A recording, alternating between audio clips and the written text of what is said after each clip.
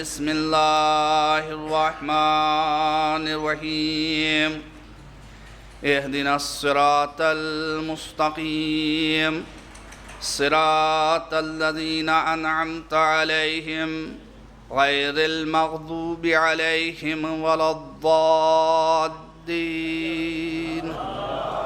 ایک صلوات پڑھیں بآواز بلند آپ حضرات میں انشاءاللہ۔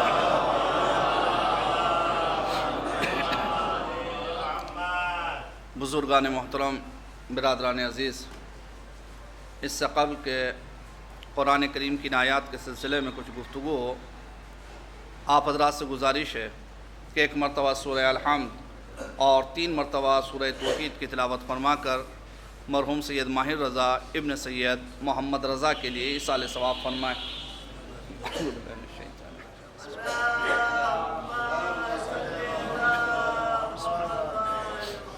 ایک اور بآواز بلند صلوات ارشاد فرمائیں آپ حضرات۔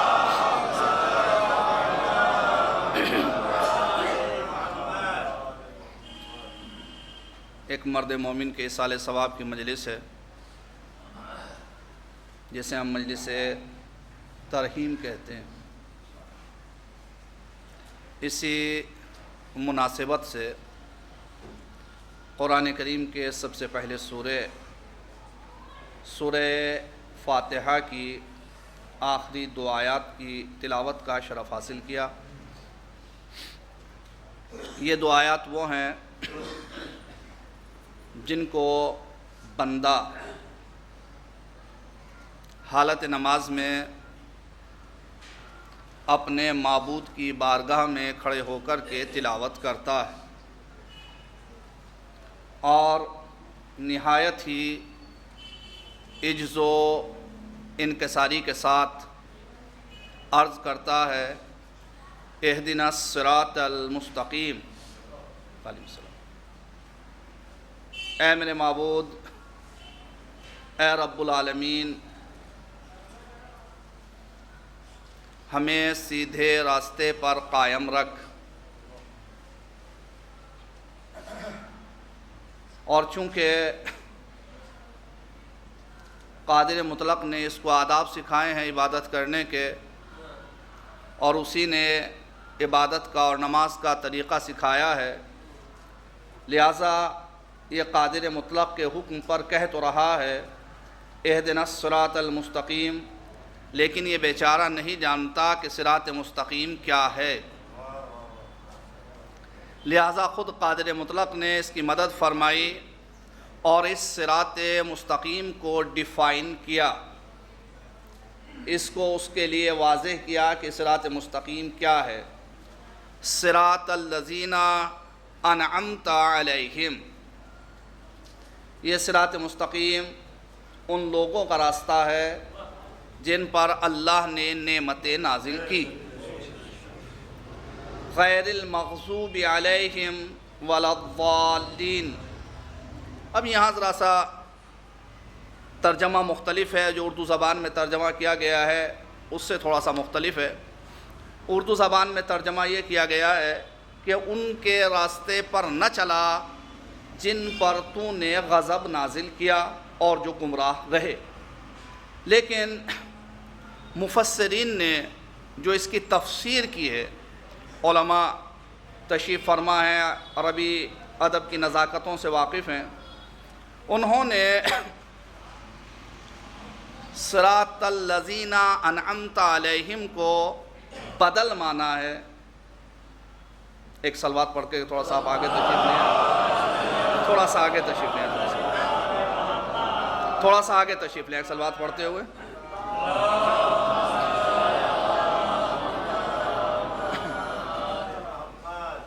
انہوں نے کہا ہے کہ جو غیر المغضوب علیہم ولا الضالین ہے، یہ بدل ہے انعمت علیہم کا، یعنی جن لوگوں پر اللہ نے نعمتیں نازل فرمائیں، ان لوگوں کی دوسری کوالٹی یہ ہے کہ یہ کبھی مغضوب الہی قرار نہیں پائے، اللہ نے ان کے اوپر کبھی غضب نازل نہیں کیا، اور یہ ایک لمحہ کے لیے بھی کبھی گمراہ نہیں ہوئے۔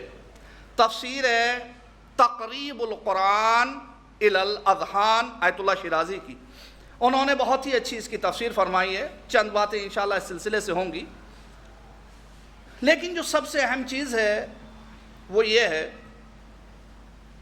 کہ ہم ہر روز نماز پڑھتے ہیں، نماز میں ہم اس کی بارگاہ میں کھڑے ہو کر کے کہتے ہیں اہدنا الصراط المستقیم، ہمیں صراط مستقیم پر قائم رکھ۔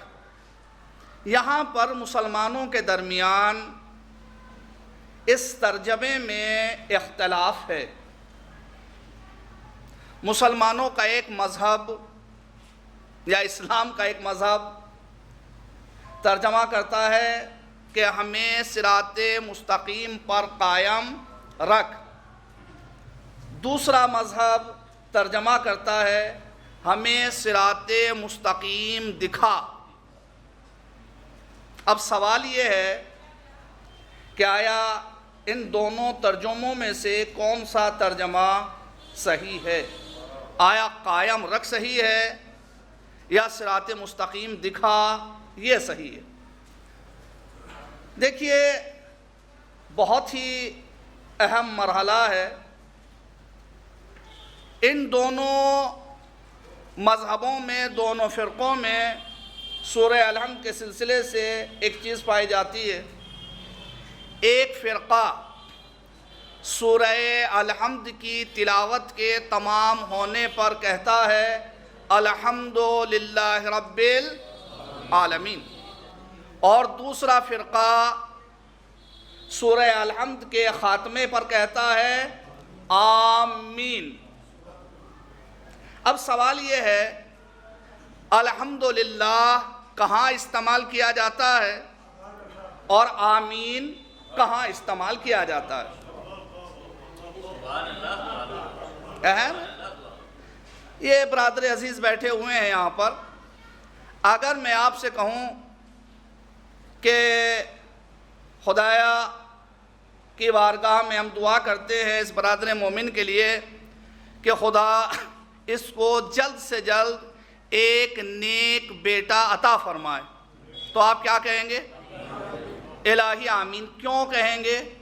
چونکہ ابھی تک وہ بیٹا موجود نہیں ہے،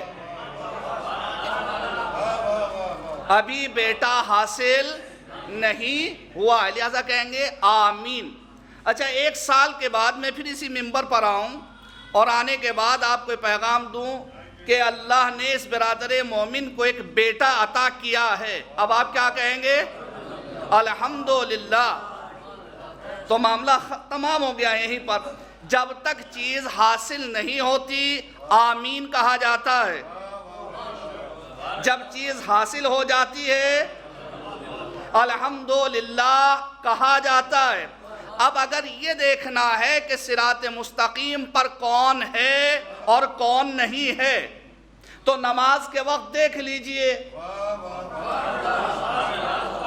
اگر سورہ الحمد کے خاتمے کے بعد آمین کی صدا بلند ہو تو سمجھ جائیے ابھی صراط مستقیم نصیب نہیں ہوا، اور اگر الحمدللہ کی آواز بلند ہو تو فوراً سمجھ جائیے کہ الحمد پڑھنے والا صراط مستقیم پر گامزن ہے۔ صلوات پڑھے مر محمد و آل محمد۔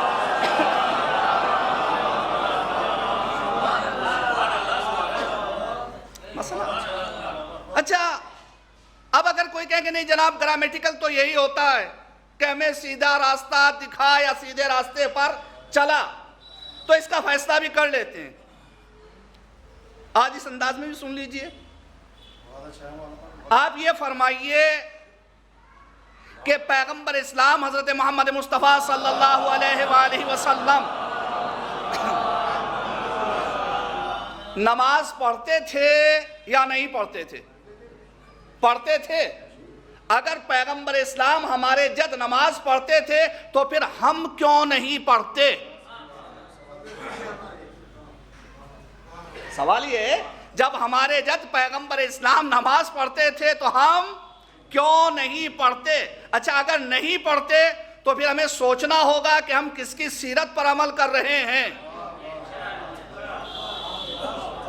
ظاہر ہے انداز کچھ بھی ہو مفہوم وہی رہے گا. اچھا پیغمبر اسلام نماز پڑھتے تھے؟ اچھا جب نماز پڑھتے تھے تو سورہ الحمد کی تلاوت کرتے تھے یا نہیں کرتے تھے؟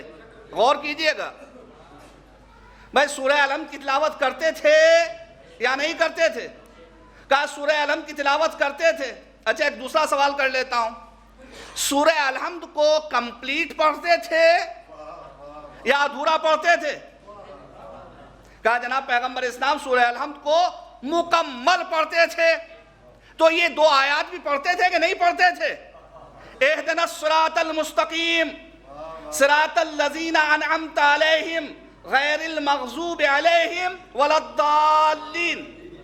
کہا پیغمبر اسلام ان آیات کو پڑھتے تھے تو کہتے تھے اہدنا الصراط المستقیم. پیغمبر اسلام اللہ کی بارگاہ میں کھڑے ہو کر کے کہہ رہے ہیں اہدنا الصراط المستقیم. اب ترجمہ کیجئے بھئی، اب ترجمہ کیجئے. کیا ترجمہ کریں گے؟ کیا پیغمبر اسلام یہ کریں مجھے سیدھا راستہ دکھا؟ تو اگر پیغمبر ہی کو صراط مستقیم نصیب نہیں ہوئی تو پھر امت صراط مستقیم پر کیسے چلے گی؟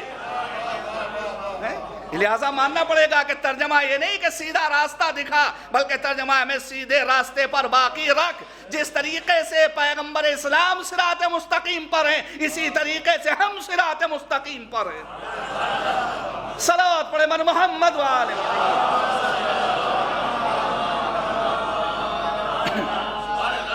اہدنا الصراط المستقیم صراط الذین انعمت علیہم.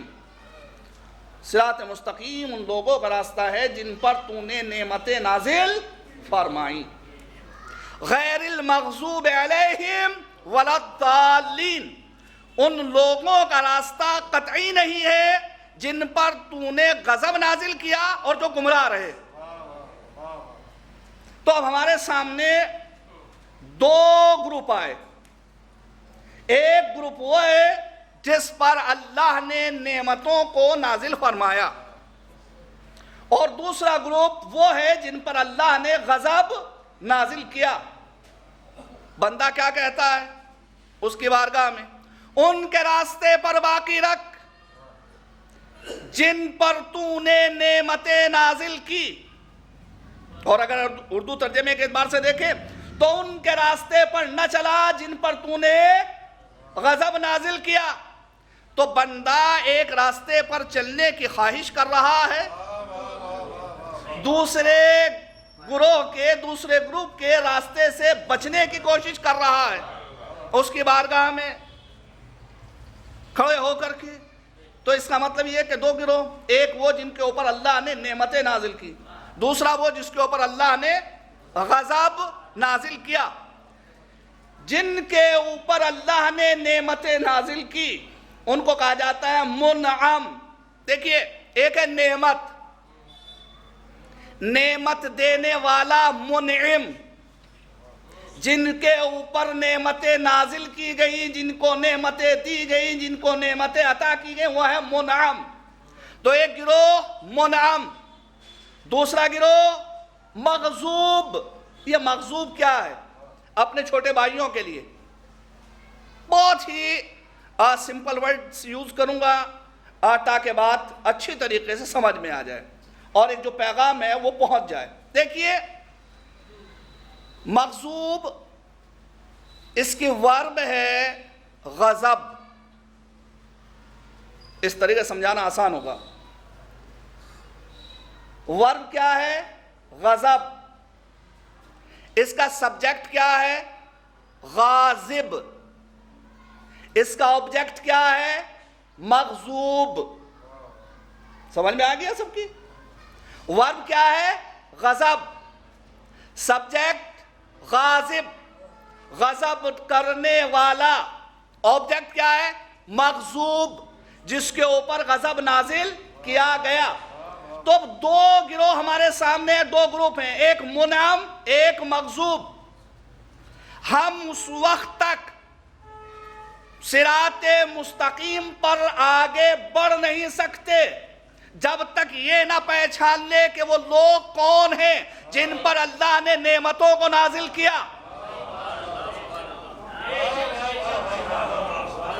اور ان لوگوں کے راستے سے بچ نہیں سکتے جب تک یہ معلوم نہ ہو جائے کہ اللہ نے غضب کن لوگوں پر نازل کیا، تو دونوں کو ہمیں پہچاننا ہے۔ ان لوگوں کو بھی پہچاننا ہے جن کے اوپر اللہ نے نعمتوں کو نازل کیا، ان لوگوں کو بھی پہچاننا ہے جن پر اللہ نے غضب نازل کیا۔ تو جن لوگوں پر اللہ نے نعمتوں کو نازل کیا وہ سب کے سامنے اظہر من الشمس کہ نعمتیں کن پر نازل ہوئی۔ اگر یقین نہیں آتا تو دیکھ لیجئے، نعمت رسالت کس کے پاس ہے، نعمت امامت کس کے پاس ہے، نعمت علم کس کے پاس ہے، نعمت شجاعت کس کے پاس ہے، نعمت سخاوت کس کے پاس ہے۔ اور اگر بات نزول کی ہو تو دیکھ لیجئے آیات کس گھر میں نازل ہوئی، تلوار کس گھر میں نازل ہوئی، جنت کا لباس کس گھر میں نازل ہوا۔ بالکل واضح ہے کہ یہ وہ لوگ ہیں جن پر اللہ نے اپنی نعمتوں کو نازل فرمایا۔ اچھا، اب سوال یہ ہے کہ وہ کون لوگ ہیں جن پر اللہ نے غضب نازل کیا؟ چونکہ ان کے راستے سے ہم بچ ہی نہیں سکتے جب تک ہمیں علم نہ ہو کہ غضب کن لوگوں پر نازل کیا۔ اچھا، پوچھے کس سے؟ سوال یہ ہے کہ کس سے دریافت کریں؟ سلسلہ رسالت و نبوت ختم ہو چکا، سلسلہ امامت الحمدللہ قائم ہے، لیکن آج تک قائم پردہ غیب میں ہے۔ احادیث کا الحمدللہ اتنی گھڑ دی گئی کہ جو صحیح احادیث تھی وہ بھی مشکوک ہو گئی۔ تو اب کس سے معلوم کریں، کس سے پوچھیں، کس سے دریافت کریں کہ مغضوبین کون ہیں؟ الحمدللہ الحمدللہ ثم الحمدللہ ہمارے درمیان ایک کتاب موجود ہے جس کا دعویٰ ہے لا رطب ولا یابس الا فی کتاب مبین، کہ کوئی خشک و تر ایسا نہیں ہے جو اس کتاب میں موجود نہ ہو، اس میں ہر چیز موجود ہے، بس پڑھنے کی ضرورت ہے، غور و خوض کرنے کی ضرورت ہے۔ ہماری سب سے بڑی پریشانی یہ ہے کہ ہم قرآن کو پڑھتے نہیں ہیں، پھر قرآن کے بارے میں گفتگو کرتے ہیں۔ اچھا، جب بغیر پڑھے قرآن کے بارے میں گفتگو ہوگی تو پھر وسیم رضوی جیسے لوگ سماج میں پیدا ہوں گے۔ قرآن پر گفتگو کرنے کا حق اسے ہی ہے جو قرآن پڑھنا جانتا ہو، اس کی تفسیر سے واقف ہو، ورنہ نتیجہ جہنم کی طرف راستہ کھل جاتا ہے، مشکلات انسان دار اسلام سے خارج ہو جاتا۔ تو پھر اسی قرآن سے ہم پوچھتے ہیں پروردگار ہمیں یہ بتا کہ تو نے جو کتاب نازل کی ہے اس میں مغضوبین کا ذکر کہاں ہے؟ کیا جاننا چاہتے ہو مغضوبین کون لوگ ہیں؟ خدا یہی تو چاہتے ہیں تاکہ ہم ان کے راستے سے بچیں جن کے اوپر تو نے غضب نازل کیا۔ ہم نے قرآن کریم کی تلاوت شروع کی، اب یہاں سے بزرگان برادران جو ہے تقریر کو سماعت فرمائیں اور انشاءاللہ اس کو یاد رکھیں اور اپنی زندگی میں پھر اس کے اوپر عمل کریں، خاص طور سے میرے جوان بھائی۔ ارشاد ہوتا ہے، پہچانی آج مغضوب کون ہیں، اللہ نے غضب کن لوگوں کے اوپر نازل کیا۔ ارشاد ہوتا ہے یا ایھا الذین آمنوا اذا لقیتم الذین کفروا زحفا فلا تولوهم الادبار ومن یولیہم یومئذ دبرہ الا متحرفا لقتال او متحیزا الی فئۃ فقد باء بغضب من اللہ۔ ترجمہ کروں اپنے جوان بھائیوں کے لیے، اے صاحبان ایمان، جس دن تمہارا مقابلہ میدان جنگ میں کفار سے ہو، اس دن تم خبردار دشمن کو اپنی پیٹھ نہ دکھانا.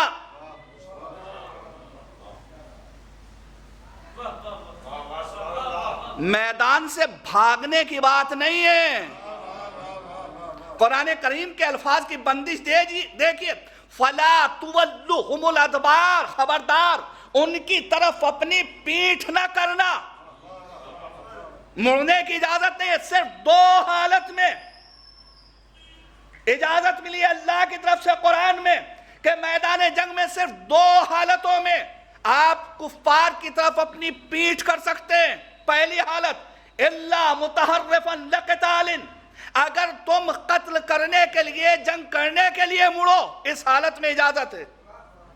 یعنی کسی کافر کو قتل کرنا ہے، کافر آپ کے پیچھے آگے آئے، ادھر بھی کافر ہے ادھر بھی کافر ہے، آپ اس کو قتل کرنے کے لیے مڑے، تب آپ کو اجازت ہے کہ آپ دوسرے کافر کی طرف اپنی پیٹھ کر لیجئے.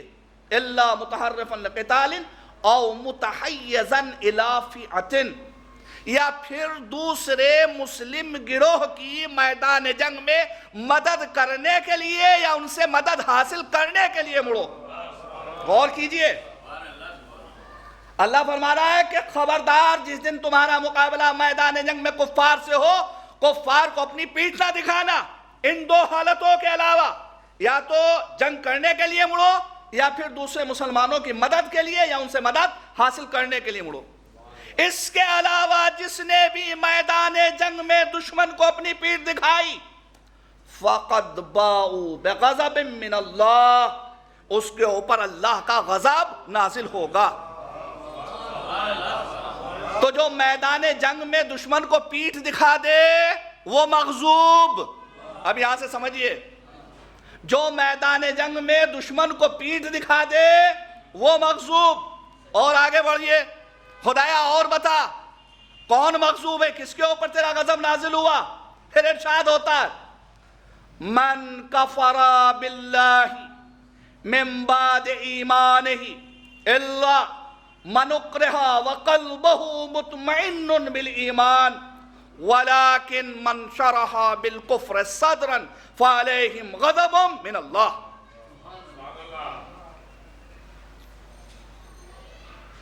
بڑی سخت آیت، سخت لہجہ، آیت کے سخت تیور. جو بھی ایمان لانے کے بعد کفر اختیار کرے، اپنی زبان پر کفر جاری کرے ایمان لانے کے بعد، اس انسان کے علاوہ جس پر ظلم و جور کیا گیا ہو لیکن اس کا دل ایمان سے مطمئن ہو،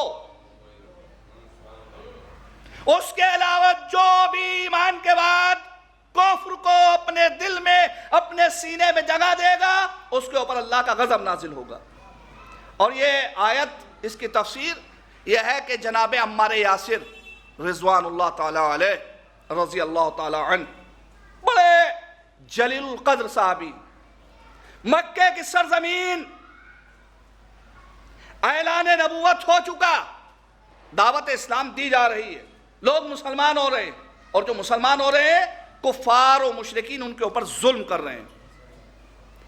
جناب عمار کے والد جناب یاسر، ان کی والدہ جناب سمیہ، بڑا ظلم ہوا. جناب یاسر کو تڑپا تڑپا کے مارا گیا. آج بھی جب کتابوں میں پڑھتے ہیں رونگٹے کھڑے ہو جاتے ہیں جب جناب سمیہ کی شہادت کو پڑھتے ہیں، جناب عمار کی والدہ کی. ان کی ایک ٹانگ کو اونٹ کی پشت میں باندھا گیا، دوسری طرف دوسری ٹانگ کو دوسرے اونٹ کی پشت میں باندھا گیا، اور دونوں اونٹوں کو ہاتھ دیا گیا اور وہ بیچ سے ان کو چیر دیا گیا. انہی کے بیٹے ہیں عمار. جب دونوں کی شہادت ہو گئی، ایک روز مشرکین نے جناب عمار یاسر کو پکڑ لیا اور کفر کے کلمات ان سے کہلوانے چاہے. انہوں نے گریز کیا. حالت یہ ہو گئی کہ دونوں پیر پکڑ کر کے ان کو کنویں میں لٹکا دیا گیا. کہو ورنہ ہم کنویں میں چھوڑتے ہیں.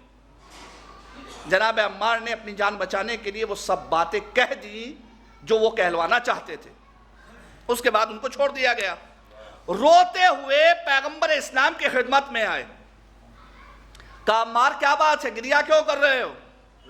کہا اللہ کے رسول آج میرے ساتھ ایسا حادثہ ہوا اور میں نے اپنی زبان سے وہ کفر آمیز جملہ کہا جو وہ کہلوانا چاہتے تھے. کہا عمار اس میں گریہ کرنے کی کیا ضرورت ہے، اس میں مایوس ہونے کی ضرورت نہیں ہے، دل شکستگی کی ضرورت نہیں ہے.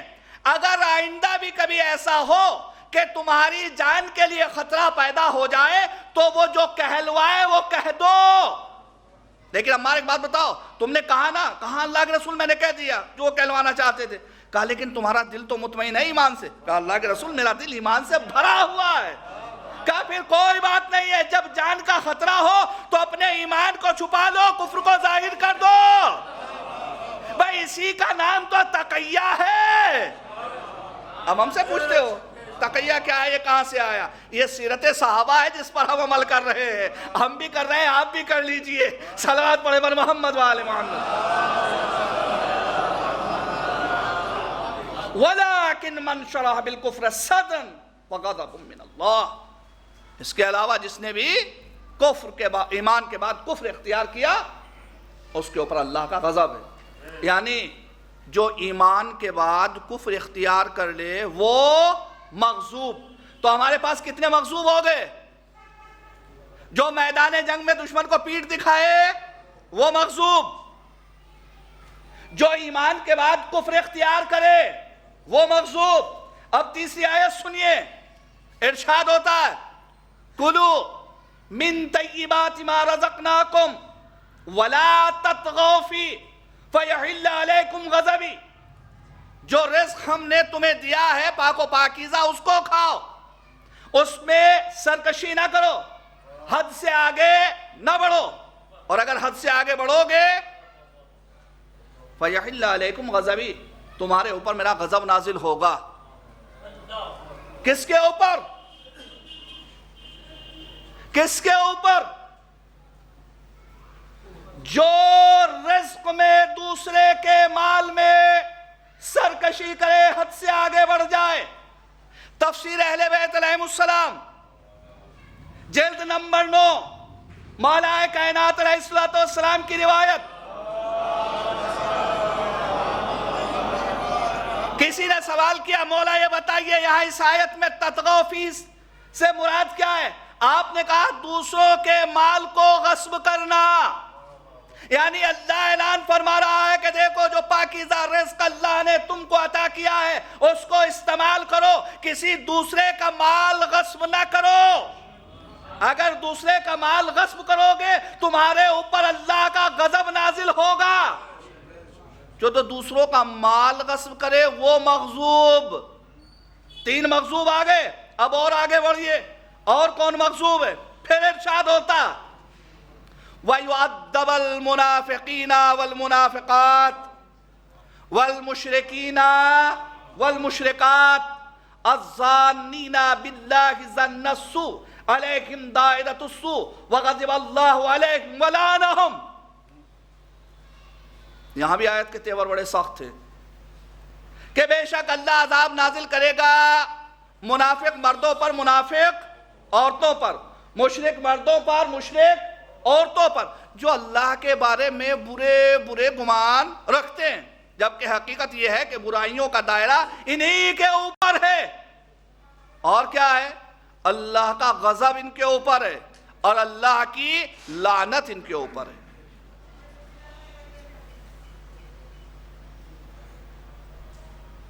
اب تک جتنی آیات سنی اس میں صرف غضب کا معاملہ ہے، لیکن جب بات منافقین تک پہنچی وہاں غضب بھی ہے، غضب کے ساتھ ساتھ لعنت بھی ہے. کس کے لیے مخصوص کیا؟ منافقین و مشرکین کے لیے. اچھا، تو جو منافق ہے وہ مغضوب. اب کتنے مغضوب ہو گئے ہمارے پاس؟ جو میدان جنگ میں کفار کو پیٹھ دکھائے مغضوب. میرے ساتھ ہو جائیں یہاں سے. جو ایمان کے بعد کفر اختیار کرے مغضوب. جو دوسرے کا مال غصب کرے مغضوب. منافق مغضوب، مشرکین مغضوب. یہ 5 ملے میں مغصوب. اب پھر سے آیات کو سن لیجئے تاکہ صحیح طریقے سے نشاندہی ہو جائے. پہلی آیت یا ایھا الذین آمنوا اذا لقیتم الذین کفروا زحفا فلا تولوهم الادبار ومن يوليهم يومئذ دبره الا متحرفا لقتال او متحيزا الى فئة فقد باء بغضب من اللہ. کہ صاحبان ایمان خبردار، میدان جنگ میں کسی کافر کو اپنی پیٹھ نہ دکھانا، اور جس نے اس دن کسی کافر کو اپنی پیٹھ دکھائی اس کے اوپر اللہ کا غضب نازل ہوگا، وہ مغصوب ہوگا. بات میدان سے فرار کی نہیں ہے، پیٹھ دکھانے کی ہے. اگر مڑ بھی گیا تو مغصوب ہو جائے گا. اب ان لوگوں کا کیا ہوگا جو میدان سے بھاگے؟ اب مجھے نہیں معلوم کون بھاگا کون نہیں بھاگا. جی میں کیوں بتاؤں نام جب قرآن نے نہیں بتائے؟ بھائی مجھے نہیں معلوم کون بھاگا کون نہیں بھاگا. اس کا فیصلہ تو تاریخ الخلفاء کرے گی. تاریخ الخلفاء بتائے گی کہ وہ کون لوگ تھے جو میدان بدر سے بھاگ کر اتنے آگے نکل گئے تھے کہ واپسی میں 3 دن لگے مدینہ پہنچنے پر. اب جو بھی ہو مغصوب، جو بھی ہو مغصوب. دوسری آیت من کفر باللہ من بعد ایمانے، جو بھی ایمان کے بعد کفر اختیار کرے وہ مغصوب. اب مجھے نہیں معلوم کس نے کفر اختیار کیا کس نے نہیں. یہ تو فیصلہ تفسیر کشاف کرے گی. فیصلہ کون کرے گا؟ تفسیر کشاف. تفسیر کشاف بتائے گی کہ جنگ احد کے روز جب شیطان لعین کی آواز بلند ہوئی قد قتل محمد، کہ محمد قتل کر دیے گئے، تو اسلام کی ایک قداور شخصیت نے کھڑے ہو کر کے کہا ارجعوا الی اخوانکم وادخلوا فی دینکم. اے بھائیو، اب محمد تو قتل ہو گئے، اب اسلام پر باقی رہ کے کیا کرو گے؟ اپنے بھائیوں کی طرح پلٹ جاؤ، پرانے دین میں داخل ہو جاؤ. اب جس نے بھی کہا ایمان کے بعد کفر اختیار کیا، اب کوئی بھی ہو، اللہ کہہ رہا ہے کہ فوراً مغصوب ہے. اللہ کیا کہہ رہا ہے؟ مغصوب ہے. کوئی بھی ہو مغصوب. اچھا، اور کون مغصوب ہے؟ کُلُوا مِنَ الطَّیِّبَاتِ مَا رَزَقْنَاکُمْ وَلَا تَطْغَوْا فِیهِ فَیَحِلَّ عَلَیکُمْ غَضَبِی. جو بھی دوسرے کا مال غصب کرے مغصوب. دوستو یاد رکھیے گا، اگر ایک مومن دوسرے مومن کا مال غصب کرے تو مغصوب. اگر کوئی تخت خلافت پر آنے کے بعد معصومہ کا پورا باغ غصب کر لے، اس پر اللہ کتنا غضبناک ہوگا. کوئی بھی ہو مغصوب.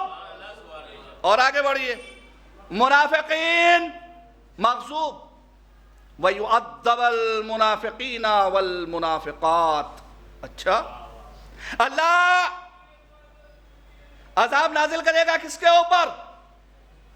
منافق مردوں کے اوپر. یہیں ختم ہو جانا چاہیے تھا معاملے کو، آگے بڑھنے کی کیا ضرورت تھی؟ لیکن اللہ فرمایا وَالْمُنَافِقَاتِ، اور منافق عورتوں پر.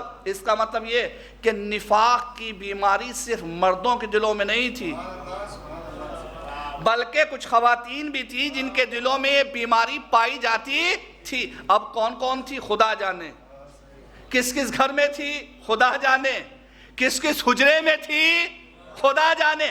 اگر نہ ہوتی تو کبھی خدا قرآن میں نہ کہتا. والمنافقات، منافق. اچھا، یہ منافقین ہے کون؟ کا سب کے سب مغصوب ہے. اللہ کی لعنت بھی ان کے اوپر ہے، اللہ کا غضب بھی ان کے اوپر ہے. ارے وہ آہستہ سے بول رہے ہیں، آپ ادھر دیکھ رہے ہیں، میں مائک بول رہا ہوں، آپ ادھر. صلوات پڑھیں پر محمد والے ہوں.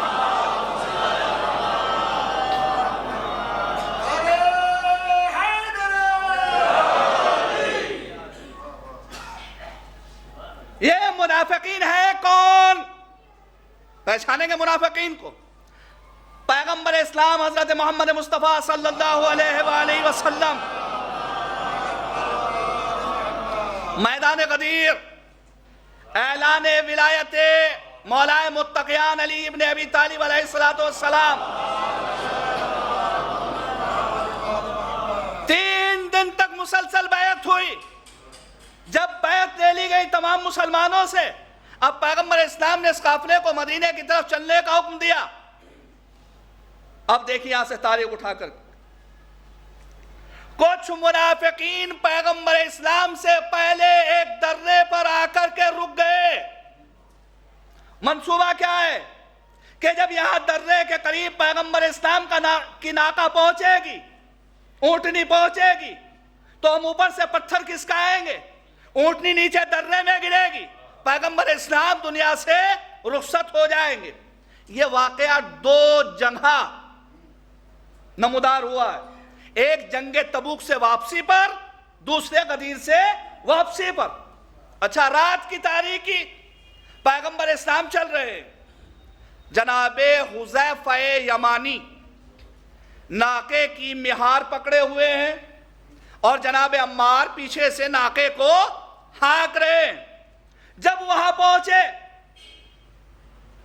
اور انہوں نے پتھر کو آگے کھسکایا، پیغمبر اسلام کی اونٹنی نے اپنے قدم وہیں جما دیے. خدا کی قسم یہ اونٹنی بھی بہت بہترین جانور ہے، بڑا وفادار ہے. وہیں اونٹنی نے قدم جما دیے، آگے نہیں بڑھی، پتھر آگے نکل گیا. آسمان سے بجلی چمکی. پیغمبر اسلام نے کہا حذیفہ سب کے چہروں کو دیکھ لو. جناب حذیفہ نے دیکھا، اللہ کے رسول میں نے دیکھ لیا، پہچان لیا. اللہ کے رسول پہچان لیا. بتائیے، کہا یہ سب کے سب منافق ہیں.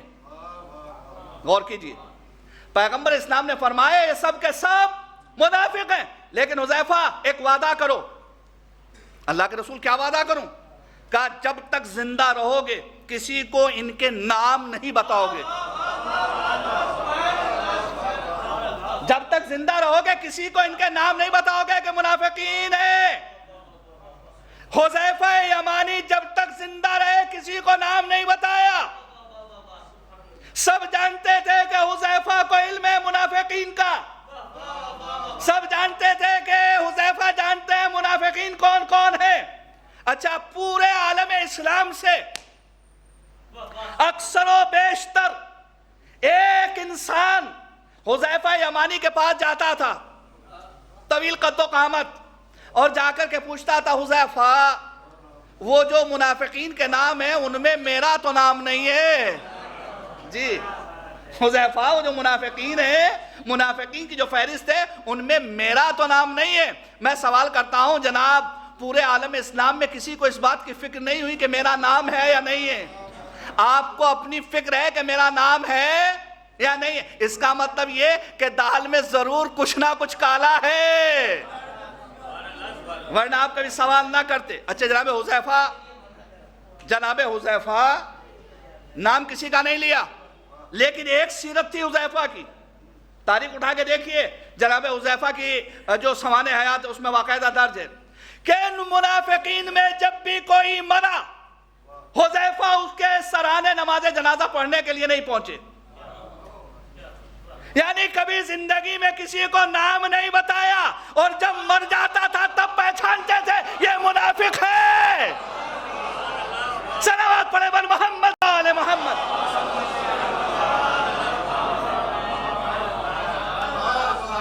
اور یہ پیغمبر اسلام کا اخلاق ہے، ان کے اخلاق کی بلندی ہے کہ جانتے تھے یہ منافق ہے، میرے قاتل ہے، لیکن نہیں چاہتے تھے کہ امت کے درمیان یہ لوگ رسوا ہوں.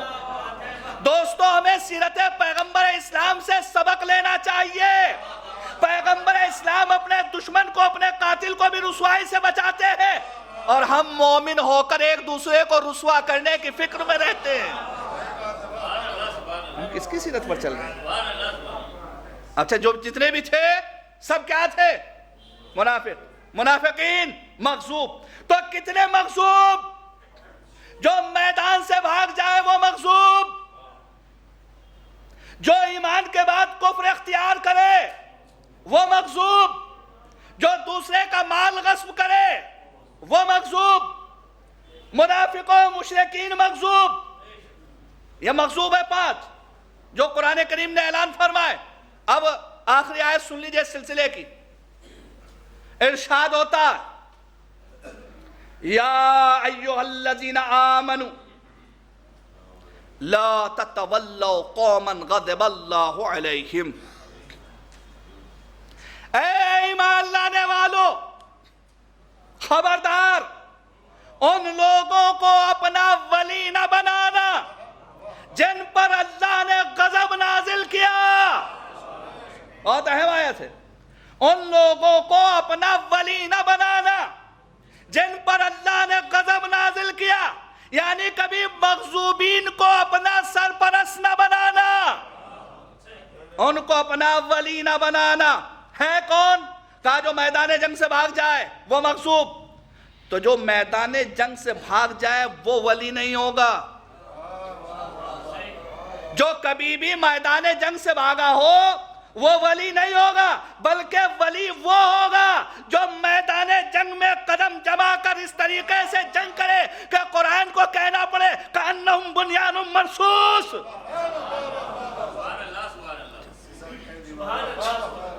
اس کے بعد کا جو ایمان کے بعد کفر اختیار کر لے وہ مغصوب، تو امت کا ولی وہ نہیں ہوگا جس نے کفر کے بعد ایک لمحے کے لیے بھی ایمان کے بعد ایک لمحے کے لیے بھی کفر اختیار کیا ہو، بلکہ امت کا ولی وہ ہوگا جس کے بارے میں پیغمبر اسلام نے ارشاد فرمایا ہو یہ کل ایمان جا رہا ہے۔ جو دوسرے کا مال غصب کرے وہ مغصوب، تو امت کا ولی وہ نہیں ہوگا جو دوسرے کا حق غصب کرے، بلکہ امت کا ولی وہ ہوگا جو شب کی تاریکی میں اپنے کاندھوں پر روٹیاں رکھ کر یتیموں، مسکینوں، بیواؤں، غریبوں اور فقراء کے دروازے پر جاتا ہو۔ نہیں، بلکہ امت کا ولی وہ ہوگا جو خود بھوکا رہتا ہے، سامنے سے روٹیاں اٹھا کر یتیم، مسکین اور فقیر کو دے دیتا ہے۔ جو دوسرے کا حق غصب کرے وہ مغصوب، تو جس نے کبھی غصب کیا وہ ولی نہیں ہو سکتا۔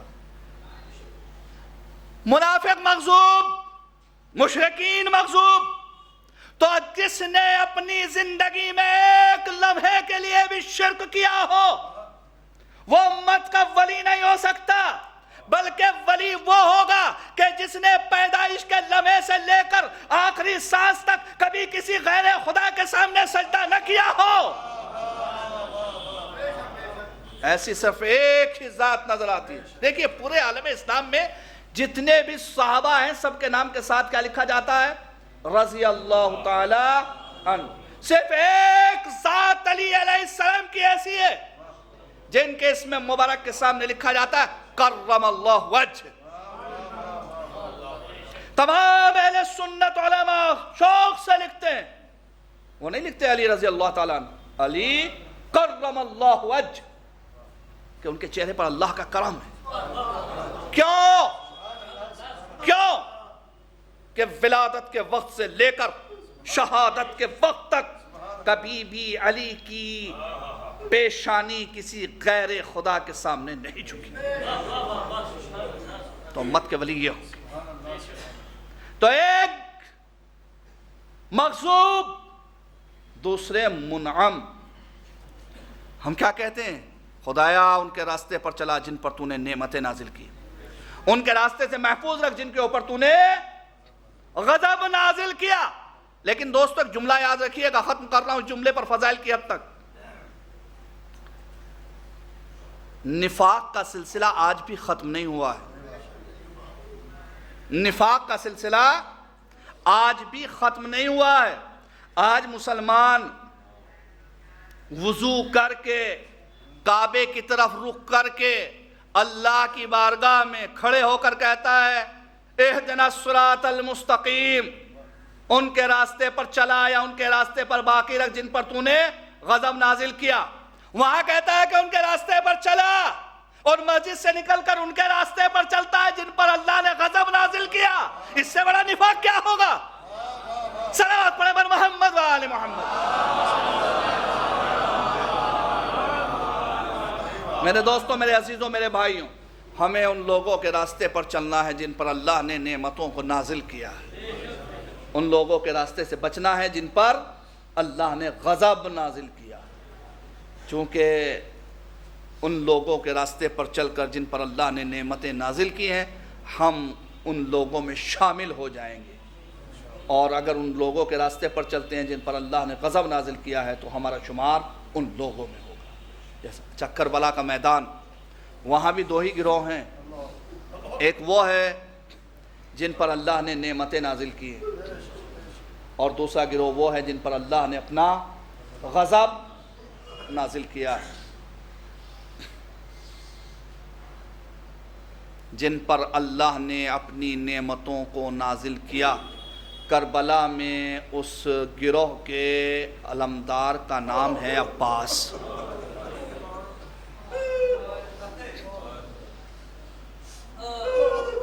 آپ کی آوازیں بلند ہو چکی ہیں، خدا ان آوازوں کے اوپر رحمت نازل فرمائیں، کوئی غم نہ دے سوائے غم اہل بیت کے۔ اور یاد رکھیے گا، جہاں جہاں اللہ کی نعمتوں کا نزول ہے وہاں وہاں وفاداری بھی ہے، اطاعت بھی ہے، عبادت بھی ہے۔ وفاداری کو سمجھنا ہے۔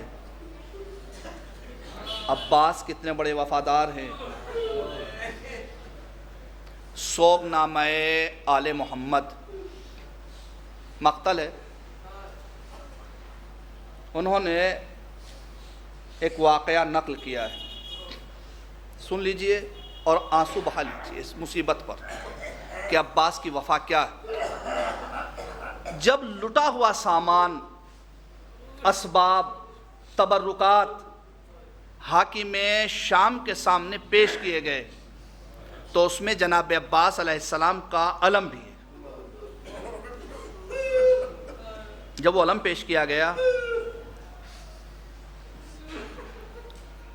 یزید نے پوچھا کہ کربلا میں حسینی لشکر سے اس علم کو کون سنبھالے ہوئے تھا، علم بردار کون تھا؟ کہا کہ حسینی لشکر کا علم بردار حسین کا چھوٹا بھائی عباس تھا۔ بس یہ سننا تھا۔ یہی الفاظ ہیں جو میں بیان کر رہا ہوں منبر سے بغیر تغیر و تبدیلی کے، وہی الفاظ۔ یزید 3 مرتبہ اپنے مقام سے کھڑا ہوا احترام میں اور پھر بیٹھا، پھر کھڑا ہوا پھر بیٹھا، پھر کھڑا ہوا پھر بیٹھا، اور ایک جملہ کہا، عباس اپنے بھائی کے ساتھ ایک بھائی کی یہی وفا ہونی چاہیے۔ درباری حیران ہے، پریشان ہے، ابھی کچھ سمجھ میں نہیں آ رہا ہے۔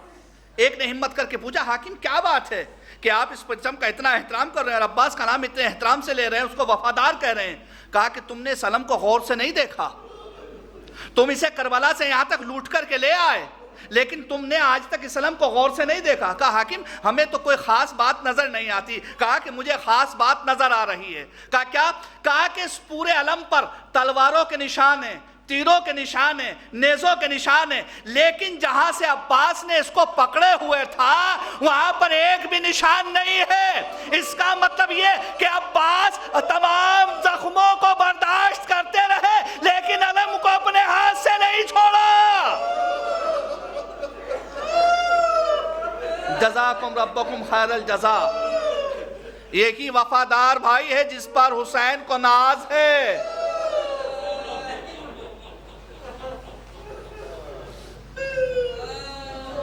حسین کا یہ وفادار بھائی ایک موقع پر سر کو جھکا کر حسین کے سامنے کھڑا ہو گیا، مولا اب مجھے بھی میدان میں جانے کی اجازت دیجئے۔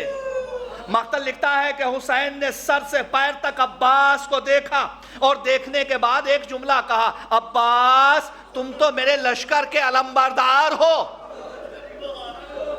جیسے ہی عباس نے جملہ سنا ایک مرتبہ سر کو جھکائے ہوئے دانی جانب دیکھا، پھر بائیں جانب دیکھا، ایک جملہ کہا، مولا اب وہ لشکر ہی کہاں رہا جس کا میں علمبردار تھا۔ جزاکم ربکم خیر الجزا۔ ابھی گفتگو ہو رہی تھی کہ اتنے میں خیموں سے الاتش الاتش کی آوازیں بلند ہوئی۔ فرمایا عباس سنتے ہو بچے پیاس سے تڑپ رہے ہیں، اگر میدان میں جانا چاہتے ہو تو پہلے ان کے لیے پانی کی کوئی سبیل کرو۔ بس یہ سننا تھا۔ حسین کا یہ وفادار بھائی خیمے پر آیا، خیمے کے در پر آنے کے بعد آواز دی، سکینہ میں تمہارے لیے پانی لینے جا رہا ہوں۔ سکینہ نے فوراً ایک چھوٹا سا مشکیزہ لا کر کے دیا، عباس نے مشکیزہ لیا، اپنے دوش پر رکھا، اتنے میں خیمے کا پردہ ہٹا، اور جیسے خیمے کا پردہ ہٹا ایک مرتبہ فضا کی آواز بلند ہوئی، شہزادی زینب آپ کو یاد کر رہی ہے۔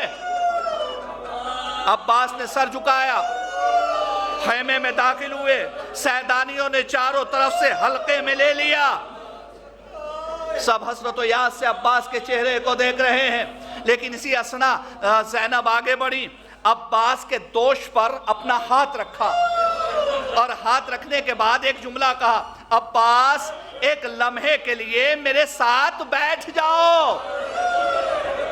زینب خیمے میں بیٹھی، عباس برابر میں بیٹھے، کہا عباس ایک بات بتانا چاہتی ہوں، کہا شہزادی حکم کیجئے، کہا عباس میں بہت کم سن تھی، اپنے بابا کی آغوش میں بیٹھی ہوئی تھی، میرے بابا مجھے پیار کر رہے تھے، اچانک میرے دوش سے ردا ہٹ گئی، میرے بابا نے میرے بازوؤں کو چومنا شروع کیا، بازوؤں کے بوسے لیتے جاتے تھے، گریا کرتے جاتے تھے،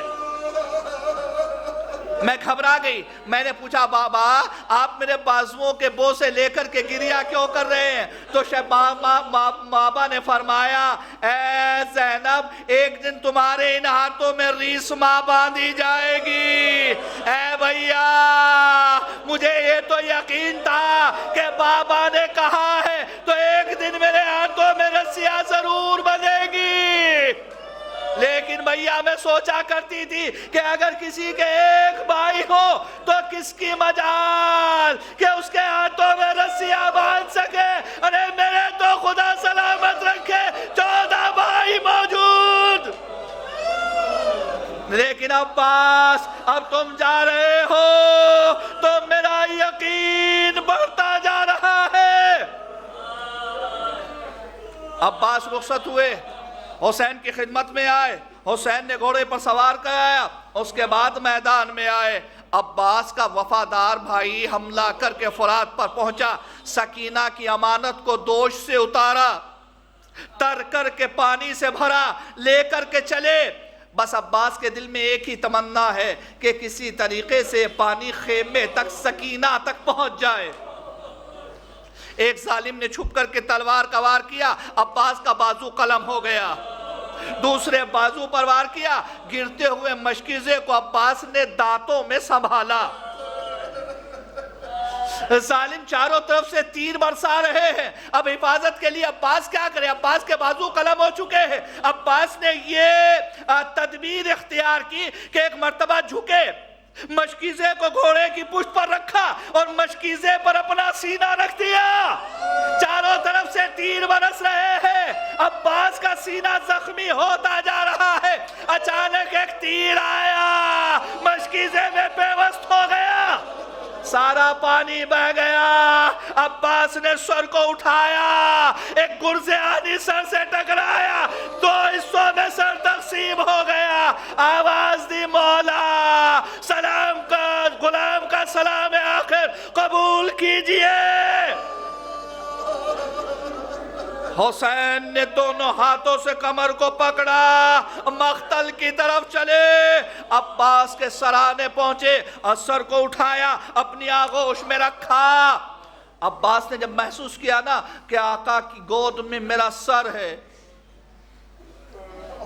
تو ایک مرتبہ ایک خواہش ظاہر کی، مولا میں نے سنا ہے آنکھیں کھولنے کے بعد سب سے پہلے آپ کے چہرے کی زیارت کی تھی، مولا اب دنیا سے جا رہا ہوں، چاہتا ہوں وقت آخر آپ کے چہرے کی زیارت کروں۔ کہا پھر عباس کیا چیز مانے ہے؟ کہا مولا ایک آنکھ تیر سے زخمی ہے، دوسری آنکھ میں خون بھرا ہے، بس یہ سننا تھا۔ ایک مرتبہ فاطمہ کے لال نے ابا کی دامن سے آنکھ کو صاف کیا، عباس نے آنکھیں کھولی، حسین کے چہرے کی زیارت کی، اب جیسی چہرے کی زیارت کی، حسین کی آنکھوں میں آنسو ہے، کہا عباس ایک خواہش ہماری بھی ہے، کہا مولا حکم کیجئے، کہا عباس بچپن سے آج تک کبھی بھائی کہہ کر کے نہیں بلایا، ایک مرتبہ ذرا بھائی کہہ کر کے تو پکارو۔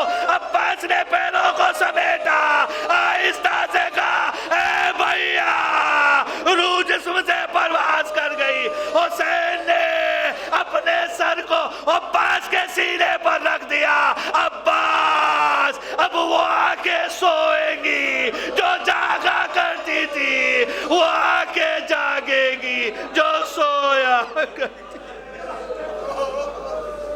اِنَّا لِلَّهِ وَإِنَّا إِلَيْهِ رَاجِعُونَ وَسَيَعْلَمُ الَّذِينَ ظَلَمُوا أَيَّ مُنقَلِبٍ يَنقَلِبُونَ إِلَٰهِ بِحَقِّ الزَّهْرَاء سلام اللہ علیہا وعبیہا وبالہا وبنیہا والسر المستودع فی علیہم السلام۔ ہم سب کے گناہان کبیرہ و صغیرہ کو معاف فرما، توفیقات میں اضافہ فرما، وسوسہ شیاطین سے محفوظ فرما، جملہ مومنین و مومنات کو عزت و آبرو، صحت و سلامتی، ایمان و تقوی، رزق کی فراوانی کے ساتھ حیات طولانی عطا فرما۔ میرے معبود مقامات مقدسہ کی حفاظت فرما، علماء حق کے سائے کو ہمارے سروں پر برقرار رکھ، ہمیں ان سے کسب فیض کی توفیق عطا فرما۔ میرے معبود جس مرحوم کے اصال ثواب کے لیے مجلس منعقد کی گئی، ان کو جوار رحمت میں جگہ عطا فرما، عالم برزخ کے مناظر ان کے لیے آسان فرما، انہیں شفاعت ائمہ معصومین علیہم السلام رحمت فرما، ان کی قبر کو منور فرما، ان کے درجات کو بلند فرما۔ میرے معبود بحق محمد وآل محمد پسماندگان کو صبر جمیل عطا فرما، ان کے وارثوں کو ان کے لیے زیادہ سے زیادہ عمل خیر کی توفیق عطا فرما، امام علیہ السلام کے ظہور میں تعجیل فرما، ہم تمامی کو آپ کے اعوان و انصار میں شریک ہونے کی توفیق عطا فرما۔